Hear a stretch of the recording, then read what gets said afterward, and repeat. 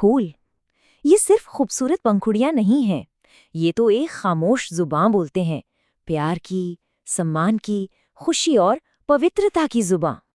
तो सवाल ये नहीं है कि क्या फूलों की अपनी कोई भाषा होती है, सवाल तो ये है कि हम उसे कितना समझ पाते हैं। चलिए आज कोशिश करते हैं और इन पंखुड़ियों के पीछे छिपे कुछ राज खोलते हैं। सबसे पहले बात करते हैं उन फूलों की जो दुनिया भर में मशहूर हैं, मतलब वो फूल जो सीधे दिल से बात करते हैं। और इस भाषा का कह सकते हैं कि सबसे जाना माना शब्द है गुलाब, एक ऐसा फूल जो खुद मोहब्बत की पहचान बन गया है।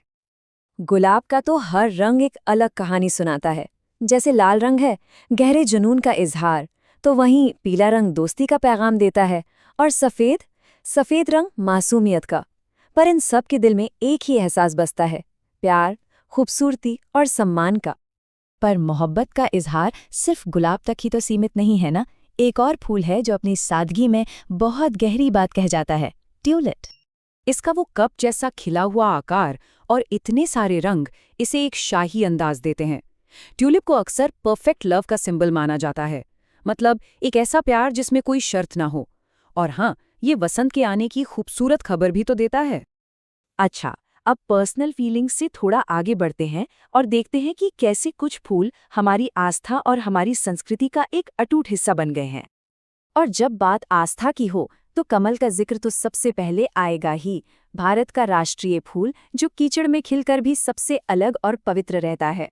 सच कहूं तो कमल हमें एक बहुत गहरा सबक सिखाता है कि दुनिया की मुश्किलों के बीच भी पवित्रता, दिव्यता और ज्ञान को जिंदा रखा जा सकता है। इसका खिलना ही अपने आप में एक उम्मीद है ना। हमारी संस्कृति में फूलों का काम सिर्फ पूजा तक ही नहीं है, वो सौभाग्य भी लाते हैं। इसी को शुभता कहते हैं, यानी एक तरह से पॉजिटिव एनर्जी और आशीर्वाद को न्योता देना। और जब शुभता की बात हो तो गेंदे के फूल से ज्यादा रोशन और क्या हो सकता है भला। हर त्योहार, हर दरवाजा, हर माला, इसके बिना तो सब अधूरा है। इसका चमकीला नारंगी और पीला रंग सूरज की तरह एनर्जी और उत्साह से भरा होता है। शायद यही वजह है कि इसे दोस्ती और हर शुभ काम की शुरुआत का प्रतीक माना जाता है। इसकी मौजूदगी किसी भी जगह को तुरंत जिंदा दिल बना देती है। चलिए अब रंगों की दुनिया से निकलकर खुशबू की दुनिया में चलते हैं। कुछ फूल ऐसे भी हैं जो दिन ढलने का इंतजार करते हैं ताकि रात को अपनी महक से भर सके। इनमें से एक है चमेली। दिन में एकदम शांत रहने वाले ये छोटे छोटे सफ़ेद फूल रात होते ही अपनी मीठी मीठी खुशबू फैलाना शुरू कर देते हैं। चमेली की खुशबू बहुत भीनी और सुकून देने वाली होती है। ये सादगी, नज़ाकत और मीठे प्यार की निशानी है। एक ऐसा एहसास जो शोर नहीं मचाता, बस धीरे से दिल में उतर जाता है। रात में महकने वाला एक और सितारा है रजनीगंधा। अरे, इसके तो नाम में ही रजनी यानी रात बसी है। रजनीगंधा की खुशबू चमेली के मुकाबले ज्यादा तेज और गहरी होती है। ये अपनी मौजूदगी का ऐलान करती है, इसीलिए इसे आनंद, मन की शांति और नई शुरुआत से जोड़ा जाता है। तो सोचिए, एक ही रात के दो अलग अलग मिजाज।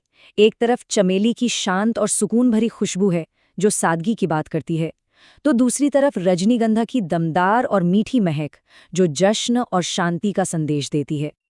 वैसे फूलों की दुनिया इतनी बड़ी है कि उसे एक बार में समेटना तो नामुमकिन है।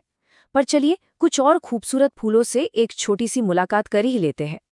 ये रहा सूरजमुखी, जो हमेशा रोशनी की तलाश में रहता है और खुशी का प्रतीक है।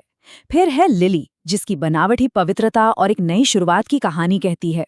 अनोखे नीले रंग वाला अपराजिता, जो सेहत और आस्था दोनों से जुड़ा है। और डहेलिया, जिसकी वो उलझी हुई पंखुड़ियां कुदरत की कलाकारी का एक बेहतरीन नमूना है। तो हमने देखा, ये सिर्फ पंखुड़ियां और रंग नहीं है, ये तो एक पूरी भाषा है जो सदियों से हमारे साथ है। हर फूल एक एहसास है, एक कहानी है, एक प्रतीक है। वो बिना कुछ कहे ही बहुत कुछ कह जाते हैं, प्यार से लेकर पवित्रता तक, खुशी से लेकर शांति तक। तो अगली बार जब कोई फूल दिखे तो जरा रुक कर उसकी कहानी सुनने की कोशिश जरूर करना। क्या पता वो आपसे ही कुछ कहना चाह रहा हो।